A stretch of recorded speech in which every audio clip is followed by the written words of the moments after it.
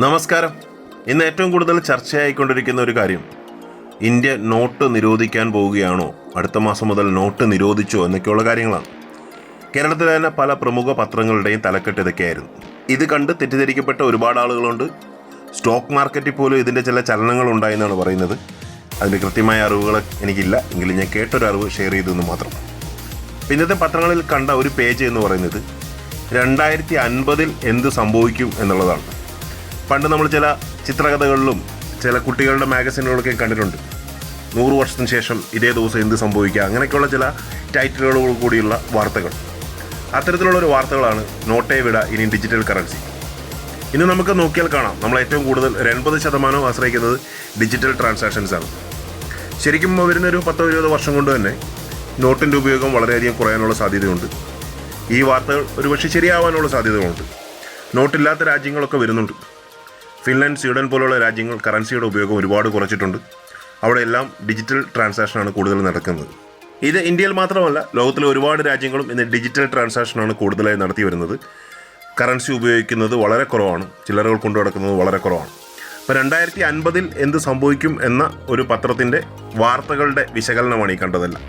ചില സ്ഥാപനങ്ങളുടെയൊക്കെ പരസ്യം പോലെ ഒന്നെടുത്ത ഒന്ന് ഫ്രീ എന്നൊക്കെ കാണും. അകത്ത് ചെല്ലുമ്പോൾ അവർ സെലക്ട് ചെയ്തിരിക്കുന്ന 4-5 ഐറ്റംസിന് മാത്രമായിരിക്കും ഓഫർ ഉണ്ടാവുക. അതുപോലെ തന്നെ പത്രത്തിൻ്റെ ഒരു കോണിൽ ചെറിയൊരു കോളത്തിൽ കൊടുത്തിട്ടുണ്ട്, ഇതൊരു സ്റ്റഡി മാത്രമാണ്, ഇതൊരു സാങ്കല്പിക കാര്യം മാത്രമാണെന്ന് ഒരു മുന്നറിയിപ്പായിട്ട് കൊടുത്തിട്ടുണ്ട്. ഇത്തരം മുന്നറിയിപ്പുകളൊക്കെ വായിക്കുന്നതും ഇത് മുന്നോട്ട് വായിക്കുന്ന ആളുകളൊക്കെ വളരെ കുറവാണ്. പെട്ടെന്ന് എല്ലാവരും നോക്കിയിട്ടോ ഇത് നിർത്തലാക്കാൻ പോവുകയാണോ, ഒരുപക്ഷെ ആ ഒരു ന്യൂസ് മാത്രം കട്ട് ചെയ്ത് സ്പ്രെഡ് ചെയ്യുന്നതായിരിക്കും ഇന്നത്തെ ഒരു വാർത്ത. ഇന്നത്തെ ഒരു വാട്സപ്പ് യൂണിവേഴ്സിറ്റിയിൽ ഏറ്റവും കൂടുതൽ ചർച്ച ചെയ്യാൻ പോകുന്നത് ആ ഒരു വാർത്തയുടെ ആ ഒരു പീസ് കട്ട് ചെയ്ത് ചർച്ച ചെയ്യുന്നതായിരിക്കാം. അപ്പോൾ ഇത്തരത്തിലുള്ള തെറ്റിദ്ധരിപ്പിക്കുന്ന വാർത്തകൾ മുമ്പും പല മാഗസിനുകളിലും പല ന്യൂസ് പേപ്പറുകളിലൊക്കെ വന്നിട്ടുണ്ട്.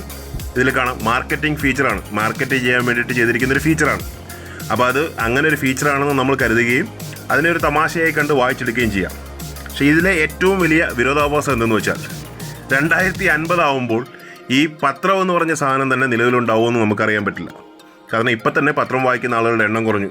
എൻ്റെ വീട്ടിൽ 2 പത്രം വരുത്തിക്കൊണ്ടിരുന്നതാണ്, ഇന്ന് 2 പത്രവും വരുത്തുന്നില്ല. കാരണം പത്രം വായിക്കുന്നവരുടെ എണ്ണം കുറഞ്ഞോടുകൂടി പത്രത്തിനുള്ള ആവശ്യക്കാരുടെ എണ്ണം കുറഞ്ഞു, പത്രത്തിൽ കൊടുക്കുന്ന പരസ്യങ്ങളുടെ എണ്ണം കുറഞ്ഞു. ഇപ്പോൾ പത്രക്കാരെ തന്നെ ഫ്രണ്ട് പേജിൽ കൊടുത്തിരിക്കുകയാണ്, പരസ്യങ്ങൾ നിങ്ങൾക്ക് ഓൺലൈൻ വഴി കൊടുക്കാം, അല്ല ഇവിടെ ഫില്ല് ചെയ്ത് അയച്ചു തരൂ, വാട്സപ്പ് ചെയ്തു എന്ന് പറഞ്ഞ് അവർ തന്നെ പരസ്യം കൊടുക്കാൻ വേണ്ടി നമ്മളെ ഇങ്ങനെ ആകർഷിച്ചുകൊണ്ടിരിക്കുകയാണ്. ഈസി ആയിട്ട് പരസ്യം കൊടുക്കാൻ വേണ്ടി. പണ്ടത് അത്ര ഈസി അല്ലായിരുന്നു. നമ്മൾ ഇവിടുന്ന് പോയി ഓഫീസിൽ എഴുതി കൊടുത്തേക്കാരും ചെയ്യില്ല, അല്ല ഏജൻറ്റിനെ കൊടുത്തേക്കാരും ചെയ്തുകൊണ്ടിരുന്നത്. അപ്പോൾ മറ്റൊരു സ്റ്റഡി പറയുന്നത് 2050 ആകുമ്പോൾ തന്നെ നല്ലൊരു ശതമാനം പത്രങ്ങളും മാഗസിനുകളിലൊക്കെ ഇല്ലാതാവുമെന്നാണ് പറയുന്നത്. ഡിജിറ്റലിലേക്ക് മാറും കൂടുതലും എന്നാണ് പറയുന്നത്. അപ്പോൾ ഈ കറൻസി നിർത്തലാക്കുന്നു എന്ന വാർത്ത ഒരു സാങ്കല്പിക വാർത്ത മാത്രമാണ്. അത് വിശ്വസിക്കാതിരിക്കുക. ഇപ്പോഴും ഉപയോഗിക്കുന്ന പോലെ തന്നെ കറൻസികൾ നമുക്ക് ഉപയോഗിക്കാൻ സാധിക്കട്ടെ.